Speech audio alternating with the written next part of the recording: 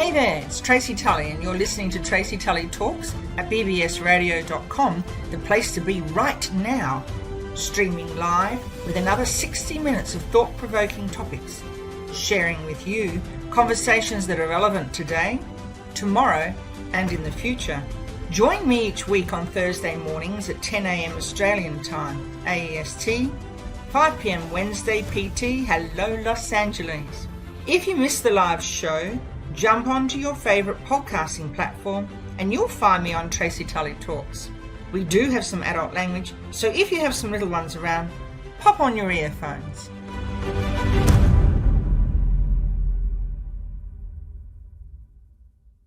Hi, it's Tracy Tully from Tracy Tully Talks, and I'm recording with the wonderful Leigh Jane Woodgate all the way from Sydney in Australia. How are you, Leigh? I am so good. Thank you for having me on the show. It's my pleasure. And as the business owner of Inategy, I wonder if you could tell us who is the woman behind the business? I am a girl that was born and bred in Joburg, brought up by a man, an Englishman, Yes. as a single father, one of the first men in South Africa to gain custody of a young girl.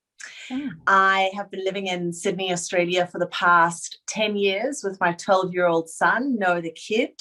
I'm single mama to him. And I spent most of my life as an adult following the sun until I landed in Sydney and realized that there was a lot of sun here for most of the year. And so I decided to put my roots down, and that's exactly what I've been doing over the past decade. Wow, so you're a surfy chick? No, that's what the girls in Durban do. I'm a city chick, so yeah. I know how to make my way around the concrete really well. Awesome. Okay then, so tell us exactly what you do and what prompted you to jump into your journey helping women. So in 2018, I got a tap on the shoulder from Noah, my son. At the time, he was 9 years old. And he stepped through the door one day and he said to me, "Mama, I don't want to go to aftercare anymore after school."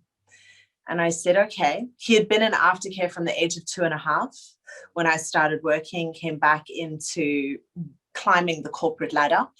And at that time, I was working for a not-for-profit organization. And so I said, okay, well, let's see what we can do with this. And I stepped into the office and I had a chat with my bosses and I asked for some flexibility.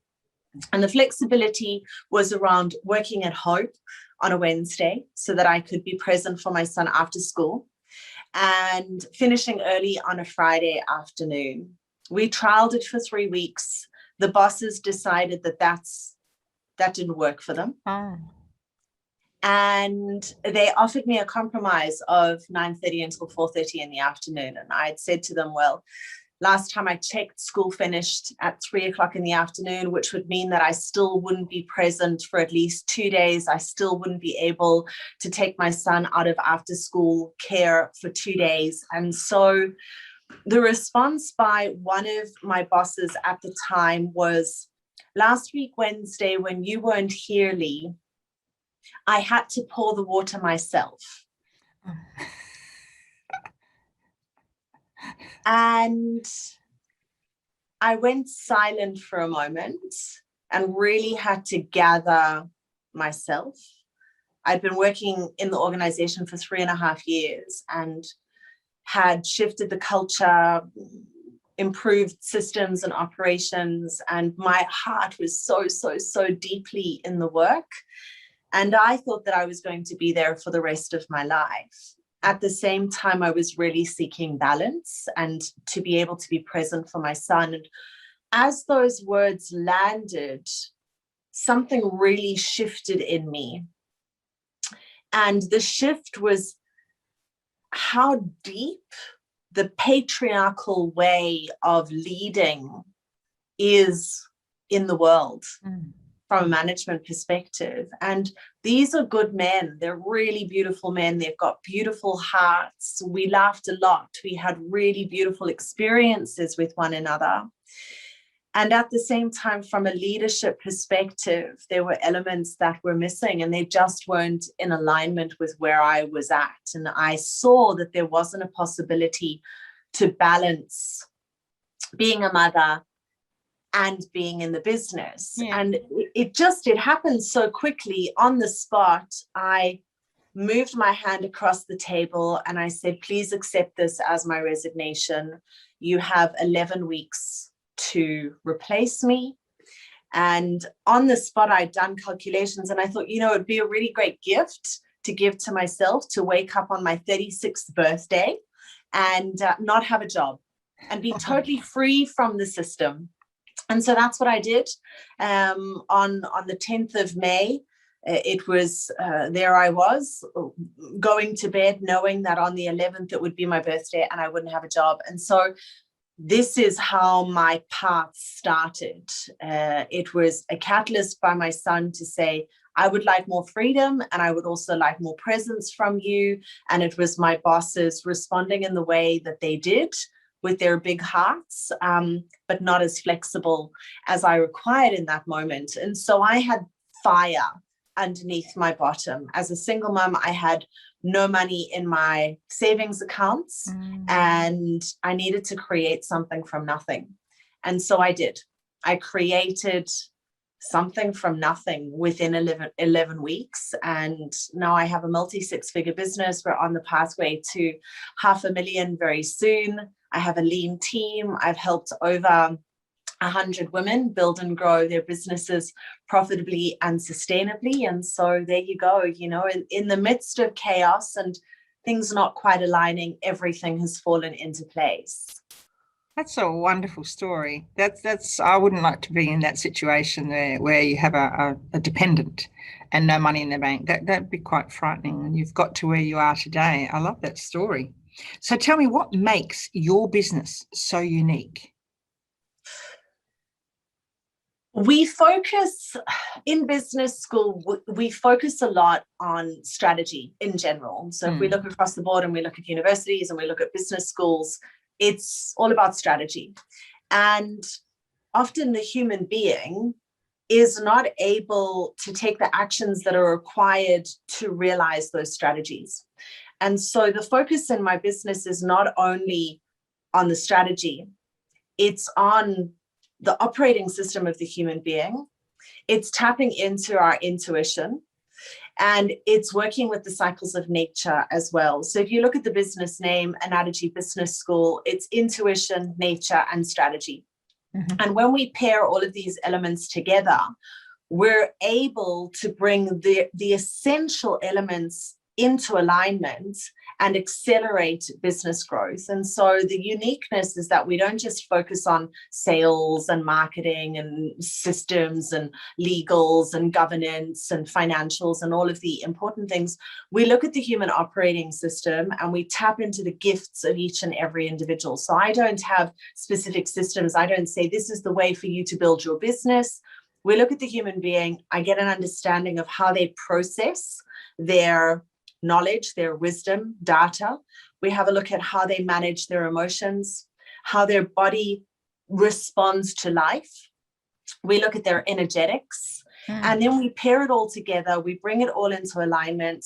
We have a look at what their passions are and what their skill sets are. And I guide people to step into their power by owning what is natural to them, not just what they're good at, because a lot of people land up doing jobs or getting into lines of work in relation to what they're good at. The question is, does that thing set your soul on fire? And can you do it with your eyes closed? I just had a session with a client today, and she said, Leigh, but I do this thing so naturally. I don't even know how to put it into words. And this is the thing, that most people don't think that they can monetize the thing that they do naturally, and they're not able to verbalize and articulate what that thing is that they do so naturally. And so they land up doing a whole bunch of community service without realizing, but actually that's your thing. That's actually the thing that you could be getting paid for. We've got this programming that life has to be hard and business has to be hard. No, business is about the thing that comes naturally to you. The question is, are you committed to going on the path to learn how to market that, communicate it, sell it, and create systems and structures around it so that it's repeatable and scalable? I see. So if there was someone leaving corporate life who was looking for someone to help them get started in business, this would be you. So you would specialize in taking people fresh from the workplace to get them started on their journey and monetize their passion. So I don't only work with startups. It's not about the stage of business that you're at. It's not important whether you're transitioning from corporate into an entrepreneurial life, or whether you're in your first 2.5 years of business, or whether you're in 5 years of business. The question is, are you committed to doing life and business with ease? In a profitable and sustainable way? And so the people who come to me who have been in business for 5 years, they've kind of been scrambling and they've made it work and they've had the ideas and they've done the thing, but they're not doing business with grace, simplicity, and flow. And so those who are in growth stage come to me because they're tired of doing things the hard way, and they've watched my journey from the beginning and they've gone, how did you go from zero to on the path to $500,000 in under 3 years as a single mother? Show me the way. And that's the thing. Are you ready to see yourself for who you truly are? Are you ready to go to the core of who you are? Are you ready to look yourself in the mirror and go, right, that's actually not me. I've been doing that because that's how I've been programmed. That's been the influence from my family. That's what I've been hearing in society over and over again. But if I take a pause moment and I really look at things, that's not who I am. And what I'm noticing a lot, I'm a data processor. So the way that I function is that I'm able to take on a lot of data from an intellectual and an energetic and a strategic perspective, and I'm able to bring all of the puzzle pieces together in a very quickly. And what I'm noticing at the moment, at any point in time, I'm building and growing between 20 and 30 businesses. And right now I'm seeing that there is such a connection to parents that individuals are struggling to take the next step into their power because they're so connected to what their parents are going to think and how their parents have influenced them. And when you go on this journey of profitable and sustainable business growth, you start to shed ways of being and you start to shed people as well.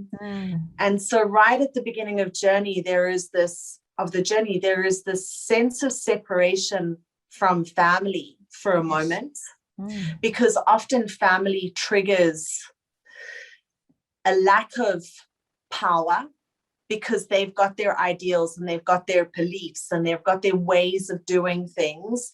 And often the people that are coming on the journey that I support them on are very unorthodox in their ways. They're very expansive. They go against the grain. They're the change makers. They're the social advocates. They're the ones that are resilient. They know that they've got a stake to put in the ground, and it's so scary. It requires boldness, bravery, and courage. And often they're coming from families who have done things the right way. You know, you go to school, you make the money, you go to university, you get married, you have children, you save, you invest, you do things by the book. And so there is this moment of taking a pause to really come into their own space, to have a look at who they truly are, not who they are through the eyes of their cousin, their uncle, their mother, their father, their sister, their brother. And it's quite a process to go through. There's that separation, and then there's a transition, and then there's integration back in. And that integration back in happens at the point where they're no longer triggered by other people's beliefs or commentary, because most of the world is living in fear. And that fear has them taking the straight line, the linear path. So it's for the people who are courageous, not the people who are transitioning from corporate to entrepreneurship. It's, are you ready to step into your full power? Are you ready to see yourself for who you truly are? Because on the other side of that, life is going to be easy. But are you ready for such ease? Or are you addicted to the drama and the chaos and the distractions of not really being in your power? That's what the qualifier is. So I remember I had a time in my life where things changed dramatically, and I found myself asking myself, is this it? Is this all there is to life? Do you hear that often? The thing that I hear often is, I have no other choice than to step onto the path of what I'm being called to do. The call is so strong now that I have no other choice. I cannot continue life as it is. Life as it is, it must end. And I don't know how to do it. I don't know how to get there. I don't know what it looks like. All I know is that it is time to jump off the mountain. And here's hoping that when I pull, the parachute is going to open. Wow. And so I'm the parachute, because when people step in to do work with me, they don't have to think about the next step. Everyone is afraid of what the next step is. They want to know exactly what it's going to look like. You have to be comfortable with the unknown, and you have to be comfortable trusting that the moment that you step onto this path, you're going to step into your full power, and life is going to be pleasurable. It's going to be one of impact, and you're going to create wealth in the most enjoyable way. And you've got to trust that. So it's, I have no other choice. I'm ready. I'm ready for whatever it is. I'm ready. There's a readiness. I love the sound of that. It sounds really good. It's very exciting.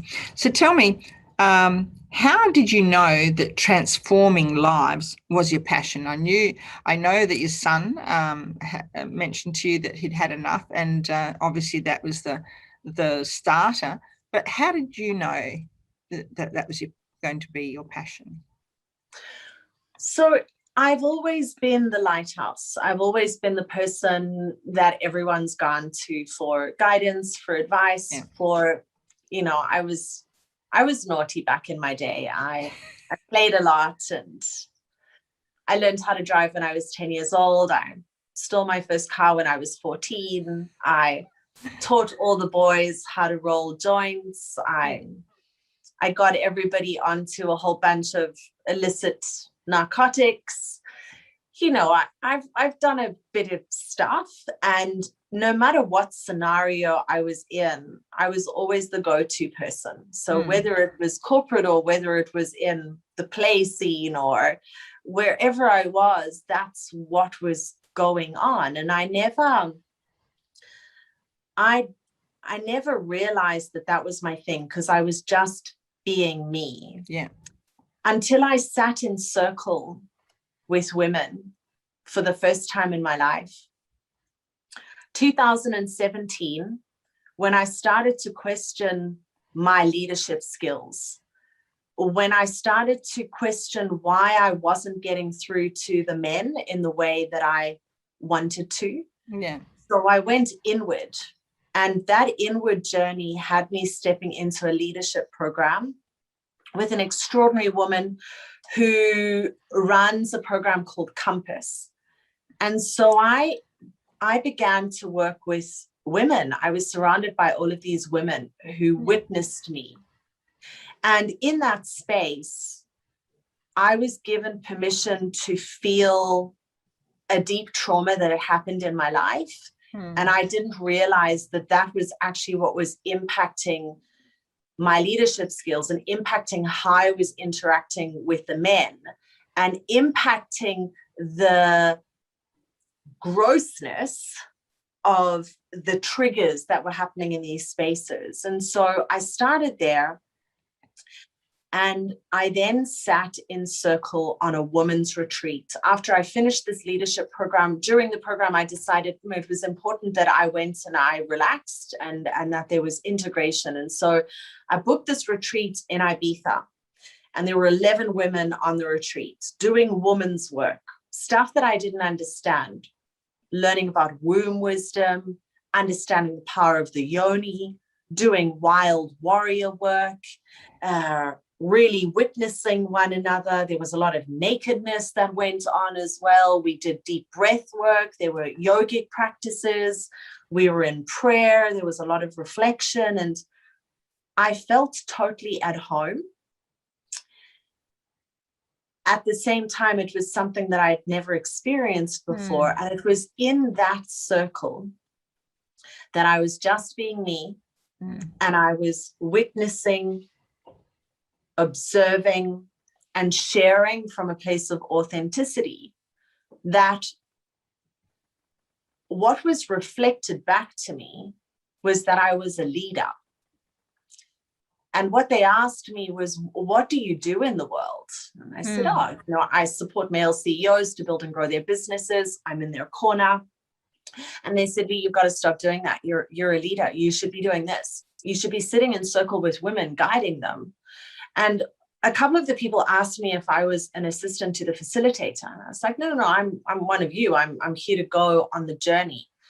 And it was in being witnessed by other women, them seeing the power in me, them honoring me and reflecting back what they saw in me, that something shifted. And I started to, it was like I'd had this energetic upgrade. It was almost like I was going through cellular transformation within this circle of women. And I came back to the city. And I remember it so clearly. I got off the train at Martin Place to walk back to the office. And I sat at my office desk, in my corporate gear with my heels on, looking good, playing the part. And I looked at the white wall in front of me.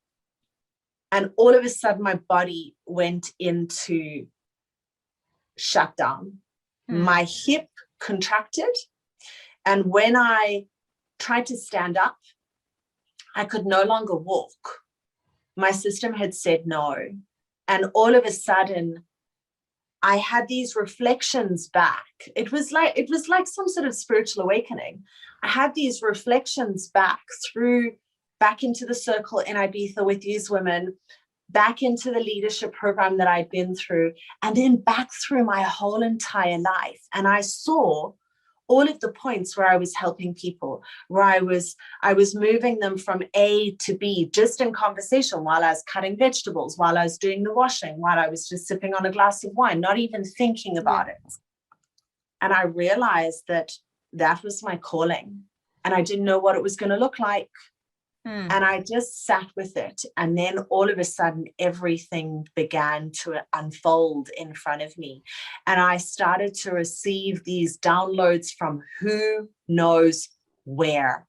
I just started getting guidance. I was led from one place to the other. I built out the framework, which still exists now, of the process that I take everyone through, which is the divine process. Everything just started falling into place. And the more and more I owned who I truly was, the more and more data I received. And so now I download information at epic speeds, and I build businesses in like the click of a finger in ways that are not quite orthodox, but it works. It works. And so that's what I do now. I support women to return home and realize what their gifts are. And I see that in others. I see what their gifts are. So that was it. Sitting in women's circle, realizing that I've been doing this my whole life. And now I've just got to get really strategic about how I'm going to present it to the people and learn to market myself in a language that people understand. I love it. Excellent. That's well done. So what challenges have you overcome in your journey as an entrepreneur? Because it sounds like you've probably had a few. Yeah. The two biggest challenges have been working through my mother wound and my father wound. Yeah. And that has thrown up so much. It's taken me on a massive journey of descent into the darkness. And it's had me remembering things about my childhood. That's been really painful. Sales, marketing, and communication is not easy until we clear out our vessel. And if there's anything that we're holding on to, if there's any trauma that exists within the system, it gets thrown up at every single point of your sales, marketing, and communications journey. And through business growth, there's obviously the component of money, right? Yes. And so the mother and the father are all about providing and nurturing. Money is about giving and receiving. You're only going to receive good money if you give good guidance. But you can only receive to the capacity of your nervous system. And if your nervous system is not in check, then you can put a price point of whatever you like out there, because some business coach has told you, well, that's the value of it. And if we look at the market, this is the price point that it's at. But if you're not aligned at that price point because your nervous system isn't in check, you're not going to be able to receive it. And that's going to throw up if you've got any abandonment and rejection stuff going on, if you've got any I'm not good enough, if you've got any who am I to do this thing, is going to be thrown up throughout it. And so the most challenging experience that I've had, I mean, I've been building and growing businesses since I was 14. And so that's not a challenge. The real challenge has been in going back to all of the things that were misaligned in my life and honoring each and every individual for what they've taught me, forgiving anything, everything that requires forgiveness, and being okay with the fact that each and every individual is always doing the best that they can, and understanding that the evolution of humanity is based on our commitment to breaking the cycle of ancestral trauma. And so my mother and father went through their own traumas. My father was in the war. You know, when he was a young boy, he was hiding underneath tables to be safe. My mother grew up in foster homes. Both of her parents were alcoholics. There was sexual abuse that happened within the foster homes. Both of my parents didn't have access to the healing modalities that I've got access to. Yeah. And so here I was thinking that I was going to build and grow a business and just go on an entrepreneurial journey. And actually what's been going on is that I've been healing ancestral trauma. And so all of the traumas that my parents didn't heal that have been passed on to me without intention, but are within me, I've been doing that healing. And so all of a sudden, this game of building and growing profitable and sustainable, purpose-driven, soul-aligned businesses becomes us breaking the cycles of ancestral trauma. And so it just gets bigger and bigger and bigger and bigger. And I've got really present to the honor that I have to be surrounded by the human beings that I'm surrounded by, that are committed to doing the big work, knowing that they're not just building and growing businesses, they are literally transforming humanity and the planet. And they are bridging that gap between those who are suffering, who don't have much, who are on the baseline of Maslow's hierarchy of needs, bridging the gap between those over here and those who are right at the top, who are living in self-actualized world. It's big work.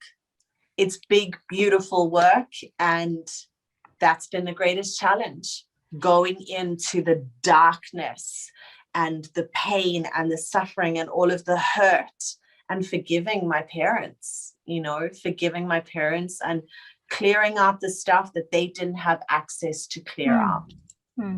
I like that. I like that description, because for many I hear about ancestral trauma, I hear a lot of blame, and we can't blame them for what they didn't know any different. And that's the hard part. And as you said, the most difficult journey then is, how do we manage it?